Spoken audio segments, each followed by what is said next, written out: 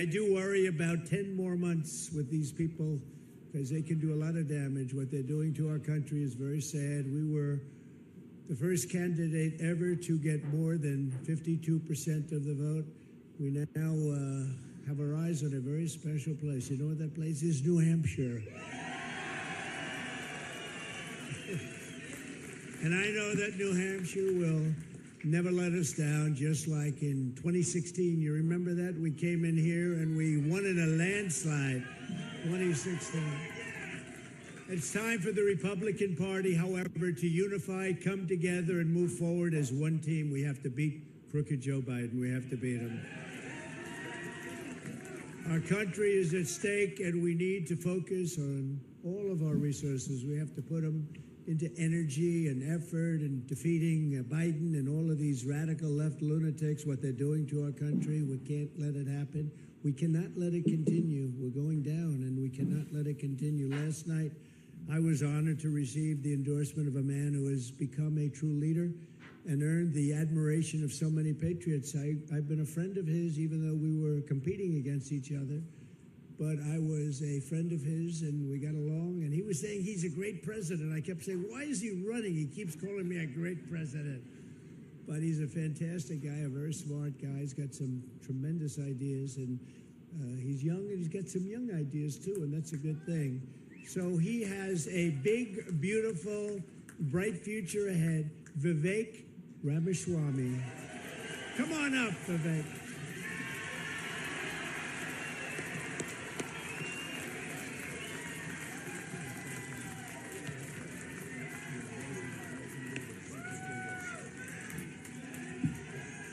Let's do this, guys. It's good to see you. It's good to be back to New Hampshire. We miss you guys. We're going to make this happen, and you guys know this well. You know this man. You know why we're here. Patriots across the state. We are in the middle of a war in this country. That's what this is. It's not a war between black and white. It's not between Democrat and Republican, even in a deeper sense. It's between the permanent state and the everyday citizen.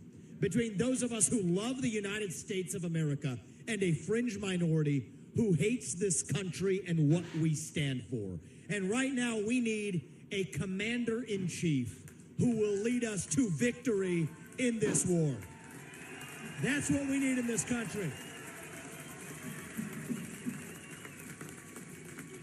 You got to know you're in a war to win one. You can't win one if you're asleep at the switch, have your head stuck in the sand like most Republicans. And I think that's going to require somebody who isn't bought and paid for, a businessman, not a politician.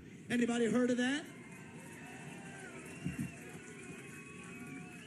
And that's why I was in this race, but I'll tell you, the people of Iowa spoke loud and clear last night, and I'm a big believer that we, the people, create a government that is accountable to us, not the other way around. That we, the people, choose who leads this country. And so we heard we, the people, last night, and that is why last evening I met my friend here, we met in person, and I told him that I would endorse Donald J. Trump for President of the United States and do everything in my power to lead us to victory in this war. It is a 1776 moment right now. That's where we live right now. And you want to know, what does it mean to be a Republican today? It means we believe in the ideals of 1776. Ideals like freedom and merit and the pursuit of excellence. That you get ahead in this country, not on the color of your skin, but on the content of your character and your contributions. End affirmative action. End DEI. We are done with the nonsense. Send it back home. It means you believe in the rule of law. And I say this as the kid of legal immigrants to this country. That means your first act of entering this country cannot break the law, and that is why we need to use our military to secure our own southern border in this country. That's what it means to stand for the rule of law in the United States of America. It means the people we elect to run the government needs to be the ones who actually run the government, not the shadow government in the deep state that runs the show today.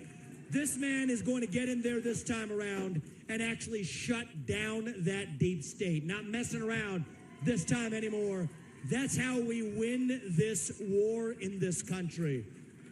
And the way we're actually going to do this in the long run and win this time around is with elections we need to secure in this country for the long run.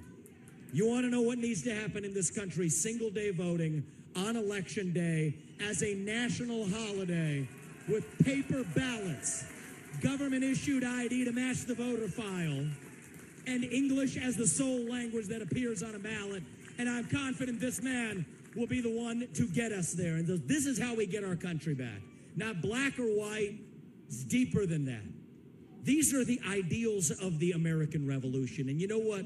We do have some enemies that we need to defeat on the other side, but we have challenges to address in our own party right here at home.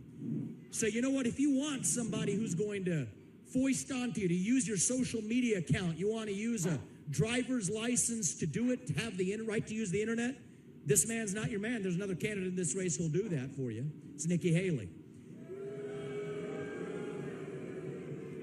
You want to cut Social Security, you want to cut Medicare, you want to cut veterans benefits so we can fork over more money to Ukraine so some kleptocrat can buy a bigger house?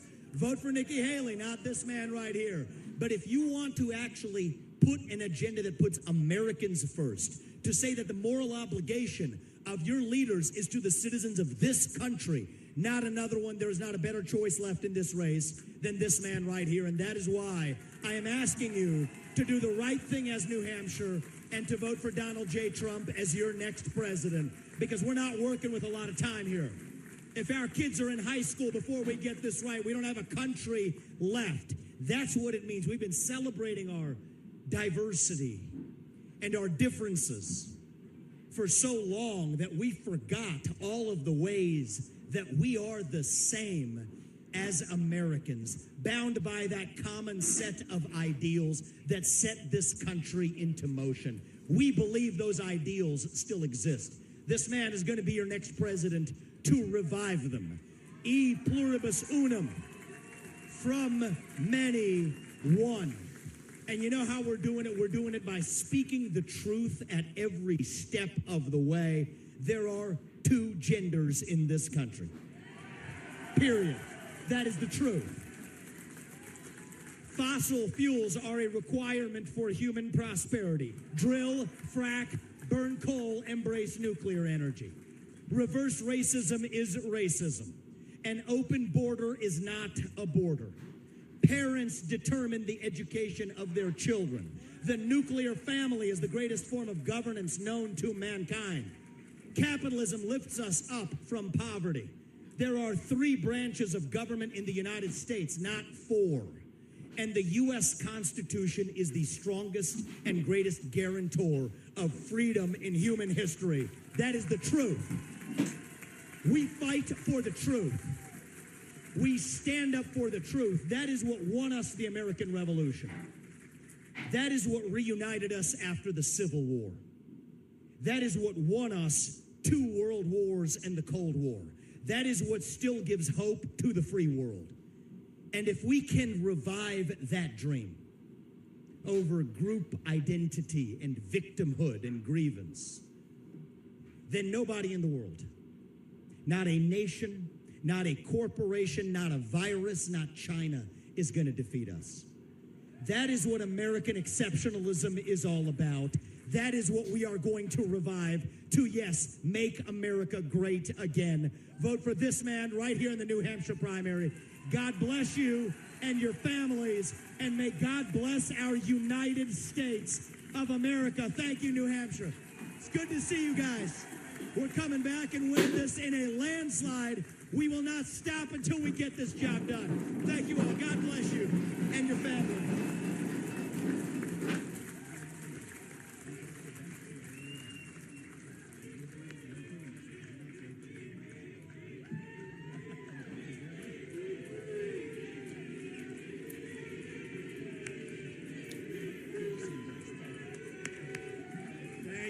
Thank you. Wow, how was that? Pretty good, right?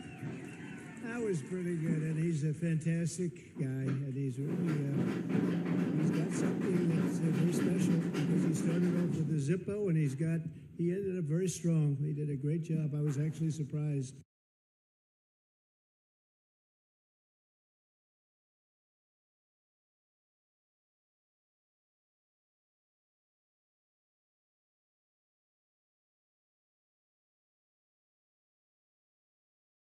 So you talk about giving a speech to fire up the crowd, folks.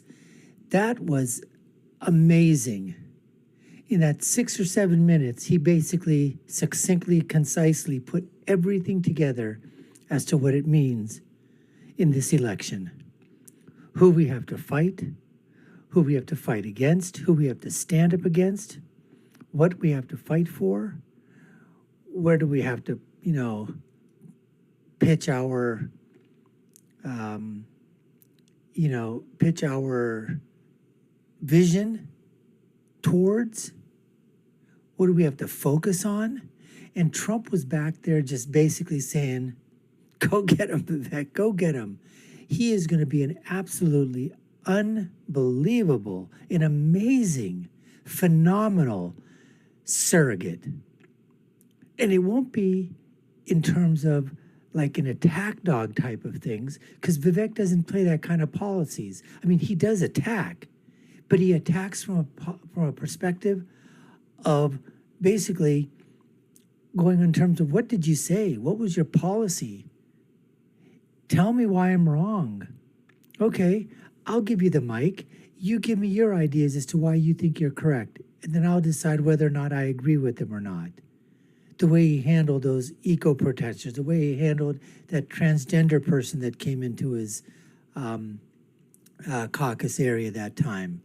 He continues to defy expectations, and the left can't stand him because they're wondering, why isn't he a leftist with us? He's got brown skin. His